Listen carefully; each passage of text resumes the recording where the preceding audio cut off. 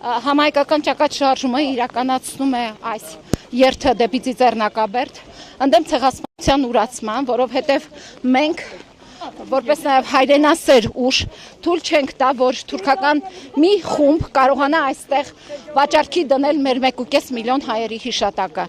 Տեսեք, այս տարի պետական մակարդակով որևէ միջոցառում անգամ չի կազմակերպվել։ Չկա ոչ հանձնաժողով, ոչ որևէ միջոցառում։ Մինչդեռ մենք այս տարիների ընթացքում պահանջատեր ենք եղել, որպեսզի աշխարհի տասնյակ երկրներ ճանաչեն ցեղասպանությունը։ Այսօր խորհրդարանում ներկայացվեց քրեականացնել ցեղասպանությունը ժխտողի եւ ուրացողի նախագիծ, միանգամից թուրքական ներկայացուցիչները սկսեցին այսպես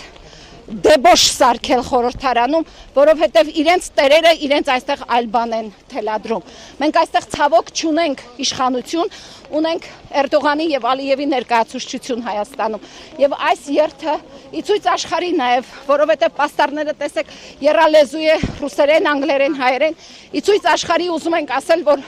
հայը շարունակում է պահանջատեր լինել եւ շնորհակալ ենք բոլոր այն երկրներին, ովքեր այս տարիների ընթացքում կարողացել են ընդունել հայոց ցեղասպանության փաստը եւ մենք կշարունակենք այդ գործը, թույլ չենք տա, որ այս 200 հոգանոց խմբակը այստեղ կատարի իրենց տերերի ցանկությունը։